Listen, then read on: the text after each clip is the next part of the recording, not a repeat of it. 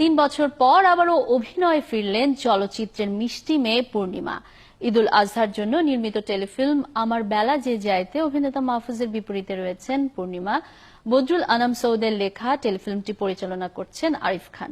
Shooting জোনেই প্রতিবেদক পার্থ সঞ্জয়ের সাথে আড্ডা দিয়েছেন মাহফুজ পূর্ণিমা।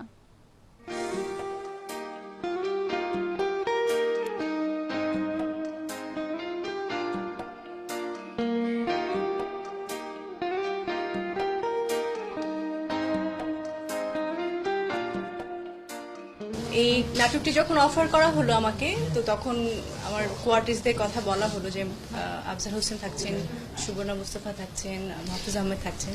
তো এইটা শুনে আমার কাছে খুব ইন্টারেস্টিং মনে হয়েছে। তারপর গল্পটা তো অবশ্যই ভালো, তা আমি এই সুযোগটা হাতছাড়া করতে চাই। যে কোনো অভিনেতার পক্ষেই আসলে আফজাল হোসেন, সুবর্ণা মুস্তাফা এমন একটা জায়গায় আছেন, এটা শোনার সঙ্গে সঙ্গে আসলে পাগল হয়ে অভিনয় করার কথা।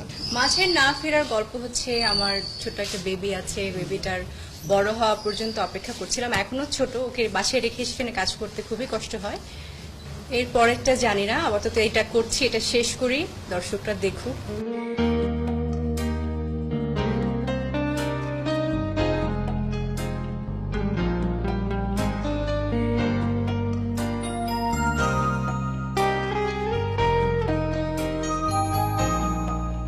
মাহফুজ ভাইয়ের সাথে লাস্ট কাজ করেছি আমি, ওনার ডিরেকশনের কাজ করেছি। বললাম কত বছর পর?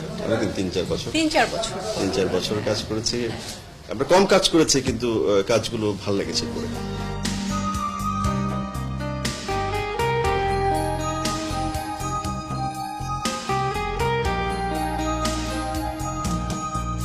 বছর যাচ্ছে, যত মাস যাচ্ছে চেঞ্জ হচ্ছে, নতুন নতুন আর্টিস্ট, ডিরেক্টর সবাই আসছে, নতুন গল্প, লোকেশন সবকিছু এখন চেঞ্জ হচ্ছে।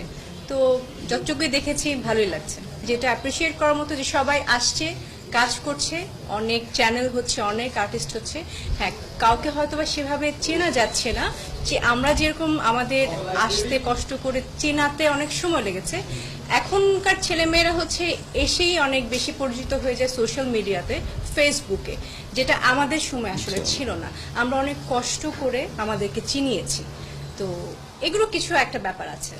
ছিল কাজের মাধ্যমে চেনা, কাজের মাধ্যমে পরিচয়, ফেসবুকের মাধ্যমে পরিচয়। আমি ফেসবুককে ইগনোর করছি না, কিন্তু ফেসবুকের মাধ্যমে একজন অভিনেতার পরিচয়ে পরিচিত হওয়ার বিষয়টা ছিল না, কাজের মধ্যেই পরিচয়ের বিষয়টা ছিল।